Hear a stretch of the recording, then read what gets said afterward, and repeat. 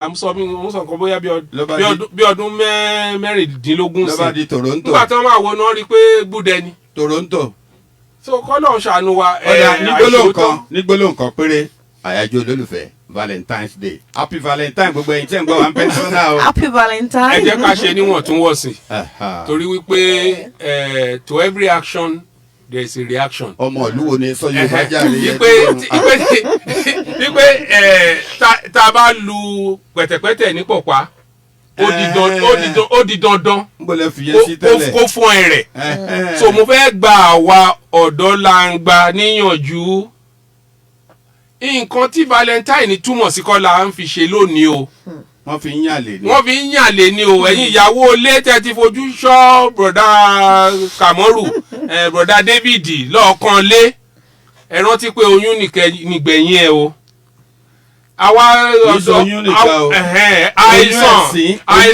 àìsàn éèdì wa ń ta o oríṣiríṣi sífílìsì wọ́n wà ń ta ká dẹ̀ má gbàgbé àwa ọmọ UI ọmọ poli ọmọ LASUTECH school of nursing tẹ́ ti ń kun powder sílẹ̀. colleges of education. college of education ẹ rántí pé nǹkan tí ìyá ran yín lọ ṣe ńgbà níwòye àmọ́dún ẹ rántí pé ọmọ bíi Valentino. kẹ má lè di so nǹkan tá a ní nílé iṣẹ́ òun là ń ya yín o Ọlọ́run á jẹ́ kẹ́ ẹ gbọ́ Ọlọ́run á dẹ̀ fún yín ní àyè ìgbàṣe o. ẹ wo Saheed Òṣùpá ń ṣẹ́jú sí mi kó n fẹ́ kọrin kan mi ọmọ tó fẹ́ kọ mbẹ́.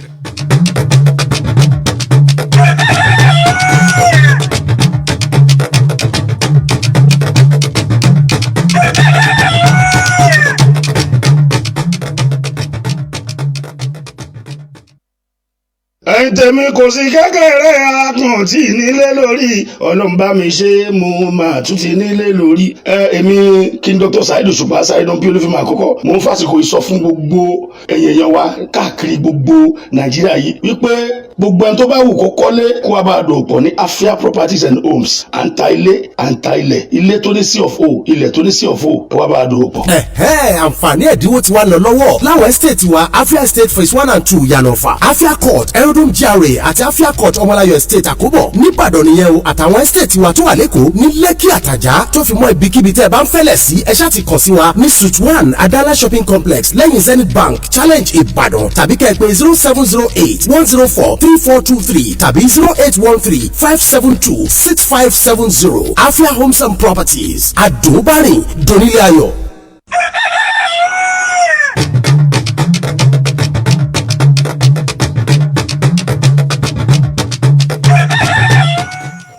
so ẹ káàbọ̀ padà sí orí ètò wa àkùkọ àgbárígo ìtì ẹ̀ tí ń gbádùn lọ́wọ́ láti Pensioners FM rédíò àgbàlódé rédíò ohùn òmìnira 106.7 àgbárígo lónírèké ńbàdàn lásẹ̀ ń gẹ̀rẹ̀ sí ìjókòó lẹ́gbìmọ̀ asòfin àgbà nílẹ̀ yìí tá a mọ̀ sí sẹ́nẹ̀tì ti darapọ̀ mọ́ àwọn ẹlẹgbẹ́ wọn nílé asòfin kejì tí a mọ̀ sí House of Representatives nípa bíbéèrè fún ìyọkúrò lẹ́nu iṣẹ́ àwọn olórí ẹlẹ́kajẹ̀ka elétò ààbò tá a mọ̀ sí service chiefs.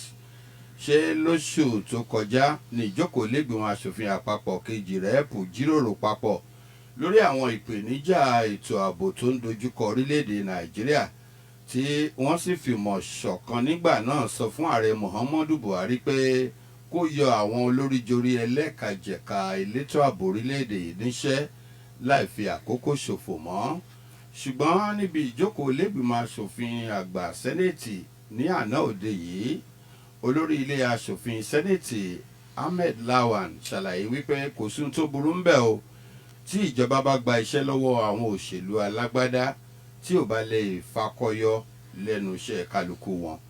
sẹ́nitọ̀ Ahmed Lawan ní níbi tí a bá ọ̀rọ̀ dé lórílẹ̀‐èdè wa Nàìjíríà ní ìsìn a gbọ́dọ̀ fọwọ́ dí kọ́bọ̀ lójúmọ́ ó yẹ kí a máa ṣàkóso gbogbo tó bá jẹ́ ti ìjọba bí ẹni tí ń ṣiṣẹ́ okòwò tó fẹ́ jèrè ni. ó ní béèyàn bá gba ẹnìkan síṣẹ́ ohun tó kàn náà ni pé kí agbanisíṣẹ́ tún gbarú ẹni bẹ́ẹ̀ síṣẹ́ kó fún irú òṣìṣẹ́ bẹ́ẹ̀ ní gbèdéke iye owó tí ó ní láti pa wọlé láti ọ̀dọ̀ rẹ̀ tí wọ́n ń pè ní target kí onítọ̀hún sì mọ̀ pé ọ̀rà Àǹkárá ọ̀jẹsẹ̀ mọ́ni o bírú òṣìṣẹ́ bẹ́ẹ̀ tí kò bá ti lè gbé ìgbésẹ̀ kówó pé yí kò wo pè bí àṣà wà ní pẹ́ńsánà kọ́sà àti mọ̀ pé iṣẹ́ ń bọ́ lọ díẹ̀díẹ̀ nù o. kókó ọ̀rọ̀ sẹ́nitọ́ Ahmed Lawan iná ni pé tá a bá torí igi gbòdì ìsúná yà fún ni. lórí ọ̀rọ̀ ààbò òun náà lèyí ilé aṣòfin àgbà wọ́n ti pàrọwà fún ìgbìmọ̀ aláṣẹ ọmọ ogun nílẹ̀ Nàìjíríà láti ṣàgbékalẹ̀ ibùdó àwọn ọmọ ogun sí agbègbè Hano tó wà nílùú Maiduguri nípínlẹ̀ Borno.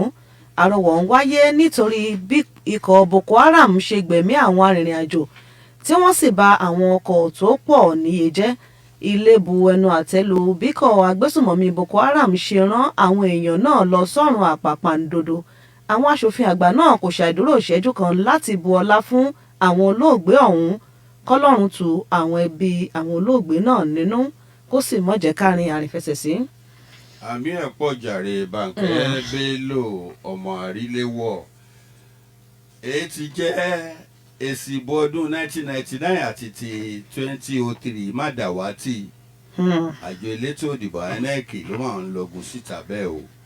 lánàá òde yìí ni àjọ elétò ìdìbò orílẹ̀-èdè wa Nàìjíríà INEC lọgun síta pé òun ò rí àkọọ́lẹ̀ àbájáde ìbò gbogbogbò ọdún 1999 àti ti ọdún 2003 mọ́ o nínú àká àgbàlódé tóun tọ́jú rẹ̀ pamọ́ sí. ṣùgbọ́n ṣá àjọ elétò ìdìbò lẹ̀wà INEC ní kò ní tán nínú gbá osùn Bánkẹ́. kó mọ̀ fi lè kan ọmọ lára. ká má rí fi pa ọmọ lára kò ní le fún àwọn oníṣẹ́ ìwádìí láti ṣe àwárí èsì ìdìbò gbogbogbò ọdún 2019 èyí tó tiẹ̀ ti wà lórí ẹ̀rọ ayélujára bá a ti ń sọ̀rọ̀ yìí. ṣé wọ́n ní ajá àwòyí ló mọ ehoro òwòyí lé. alákòóso àpapọ̀ àjọ elétò ìdìbò lẹ̀wà INEC tó wà fún ètò ìdìbò àti ìtọpinpin ẹgbẹ́ òṣèlú ọ̀jọ̀gbọ́n Antonia Okosi Simbina ló ṣàlàyé ọ̀rọ̀ yìí níbi ètò ẹ̀kọ́ṣẹ́ ọlọ́jọ́ kan èyí tó dá lórí àtiṣe àyẹ̀wò àkójọpọ̀ ìbò gbogbogbò tọdún 2007 ìbò gbogbogbò ti 2011 àti èyí tí a dì káàkiri orílẹ̀-èdè Nàìjíríà lọ́dún 2015 bákan náà. ibùdó ìwádìí nípa àwọn ohun tó jẹ mọ́ ìgbé ayé amúlùdún àti tètò ọrọ̀ ajé ìyẹn NISA tí ń bẹ nìbàdàn tí ṣolúlú ìpínlẹ̀ Ọ̀yọ́ ló ṣe agbátẹrù ètò náà. gẹ́gẹ́ bí àlàyé tí ọ̀jọ̀gbọ́n Antonia Okosi Simbina ṣe ètò náà wà lójú ọ̀nà àti múra ẹlẹ̀ fún ètò àkójọpọ̀ èsì ìdìbò tọdún 2007 àkójọpọ̀ èsì ìdìbò 2011 àti ti 2015 bákan náà nítorí kò sí àkọọ́lẹ̀ kankan bí ti wù ó mọ fún ìbò ọdún 1999 àti ti 2003 kò sí nǹkan kan. Adébíyì Victor Adébíyì ní gbólóhùn kan ká tó máa tẹ̀síwájú. àwọn tí wọ́n wà nídìí ètò yìí tó oṣù February oṣù kejì ọdún yìí tó bá parí wọ́n á rí àláàtì owó oṣù wọn. bẹ́ẹ̀ dẹ̀ ni kò sẹ́ni kankan tó máa ṣẹ̀wọ̀n nú wọn. ṣé wọ́n ṣe ń gbé orílẹ̀-èdè sókè nìyẹn.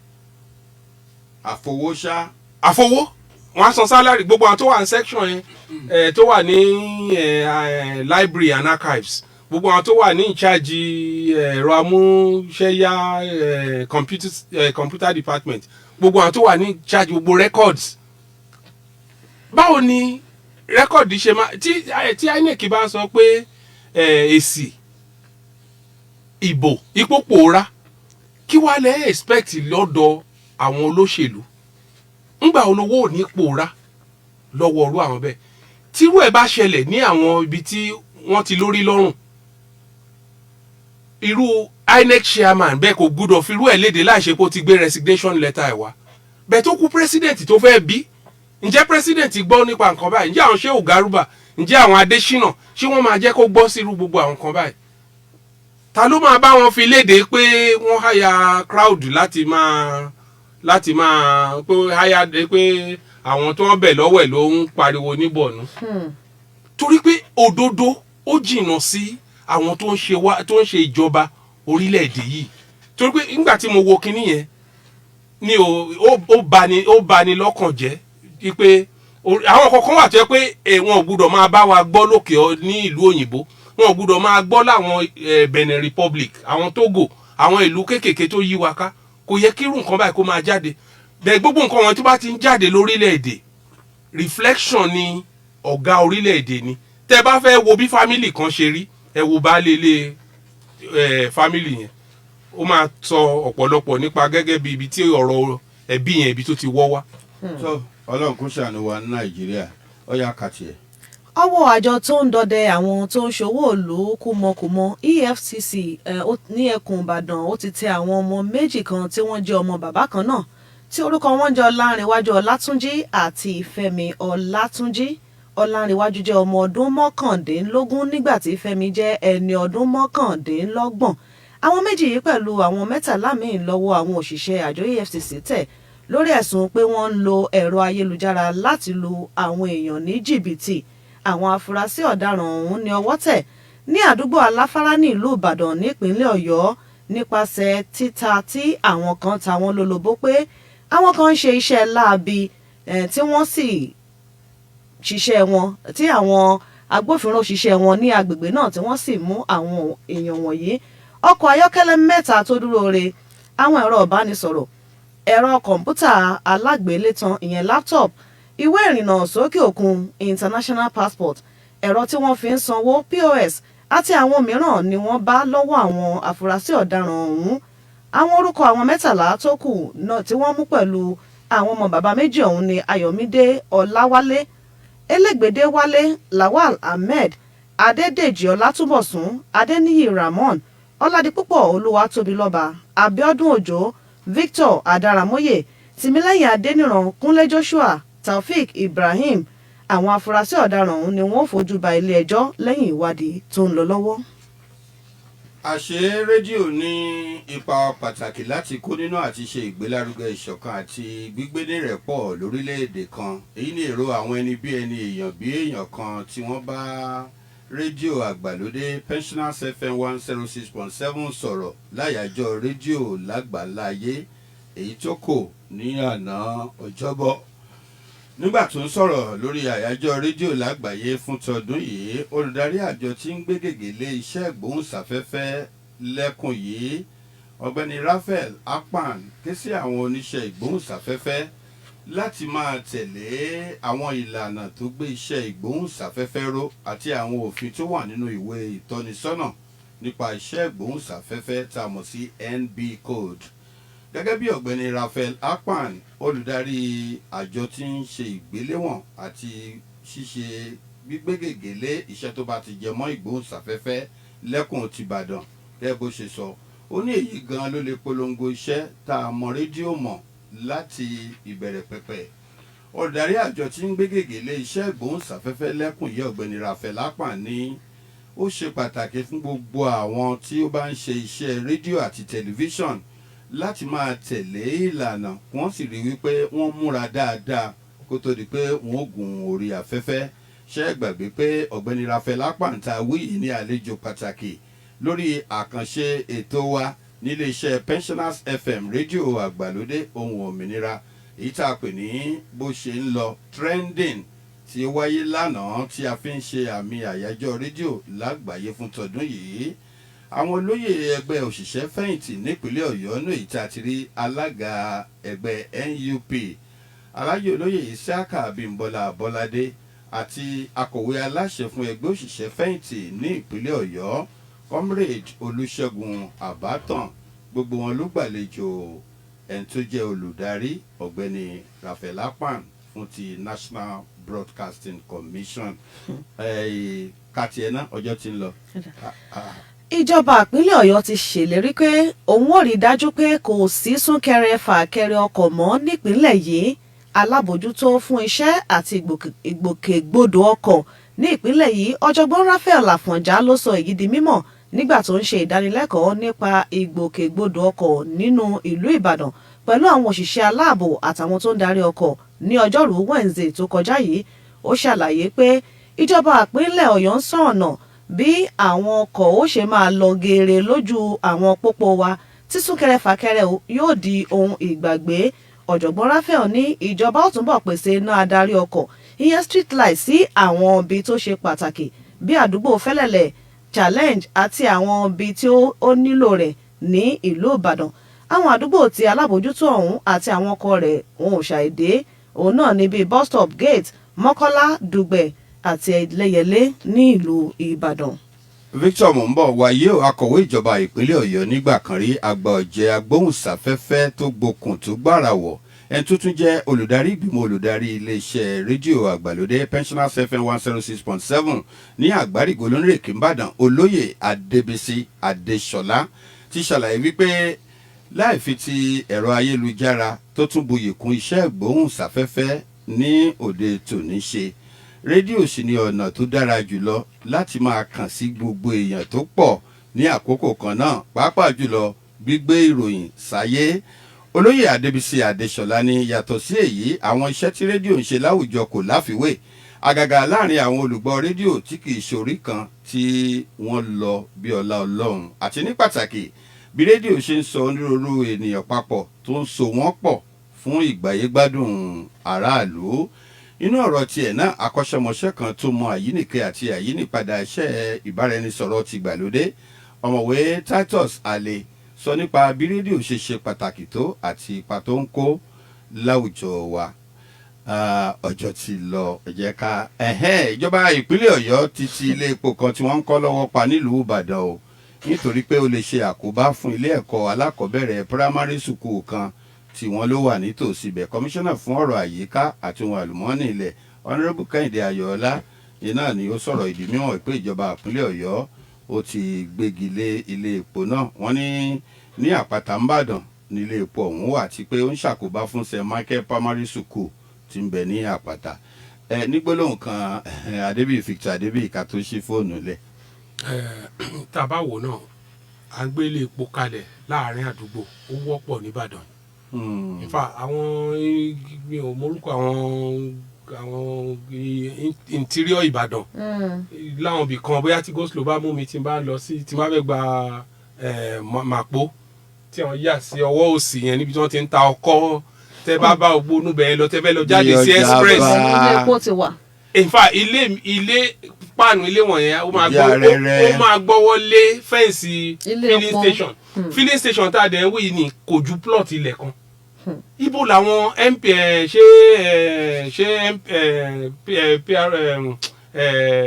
regulatory commission tó wà ní charge iṣẹ́ wọn tó rí sí ọ̀rọ̀ àtòlú nípa gbígbé ilé epo kalẹ̀ abẹ́ NNPC náà wà.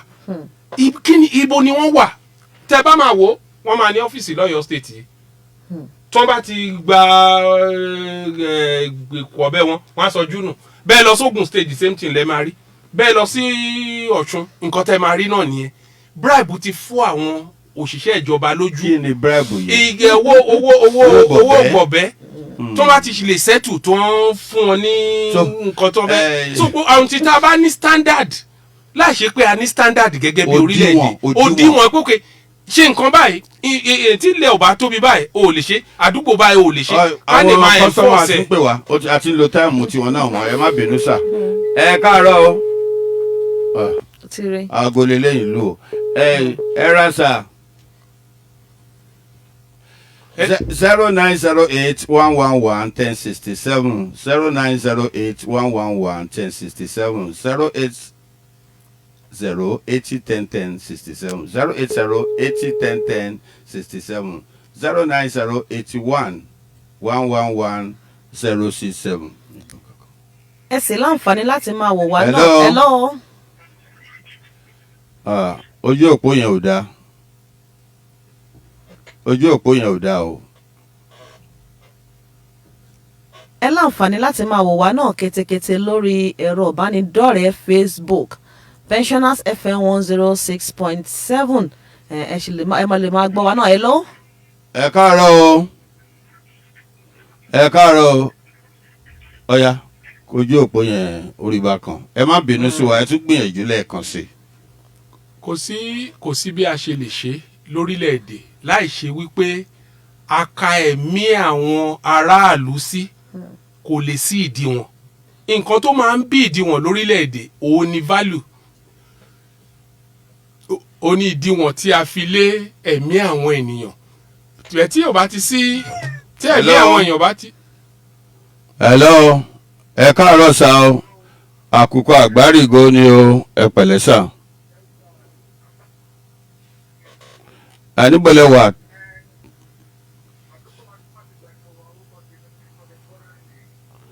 ok wo ni àkùkọ yín fẹ́ kọ sí báyìí.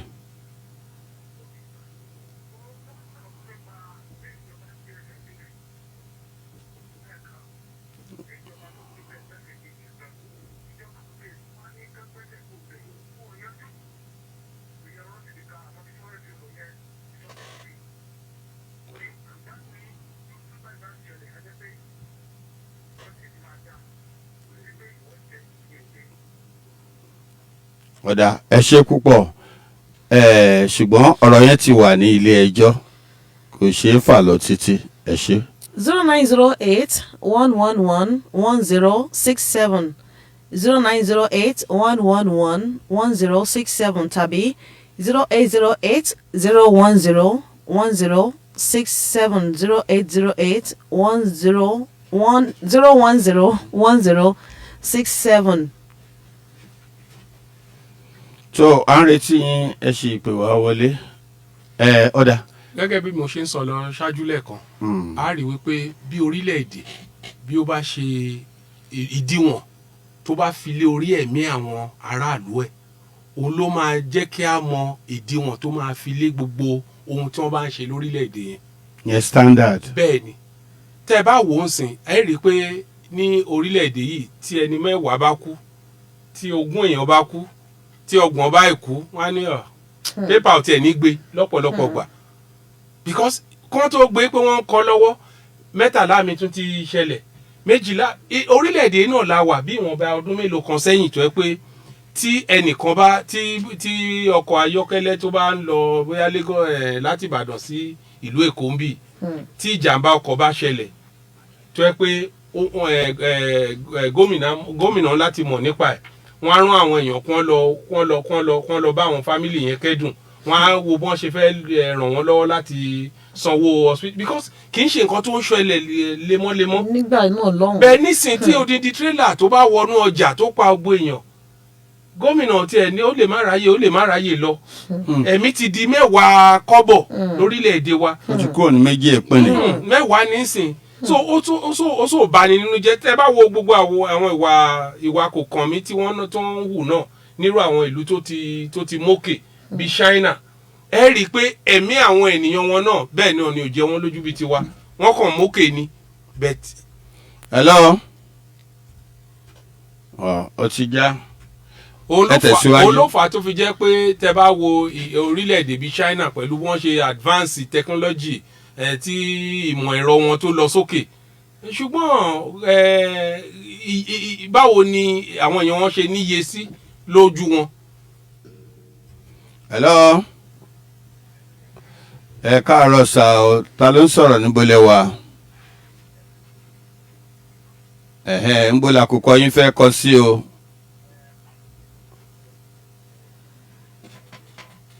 ok ní báyẹn sà à ń gbọ́ yín sà.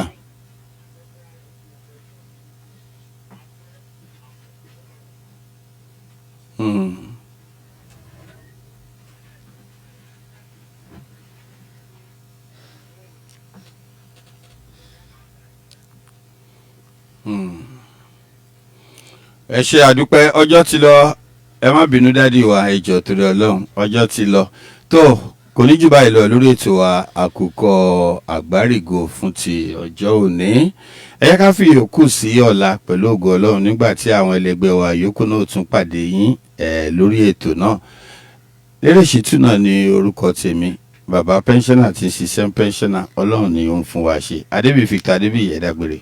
màá rọ̀ wá lẹ́ẹ̀kan sí ní ọjọ́ olólùfẹ́ ẹ dákun ẹ jẹ́ ká rántí pé lẹ́yìn ọjọ́ olólùfẹ́ ìní a máa ṣe ètò bá a ṣe ṣe o ẹ má jẹ́ ká ṣe ètò tó máa yọ ayé lẹ́mìí wa Ọlọ́run á ràn wá lọ́wọ́ o.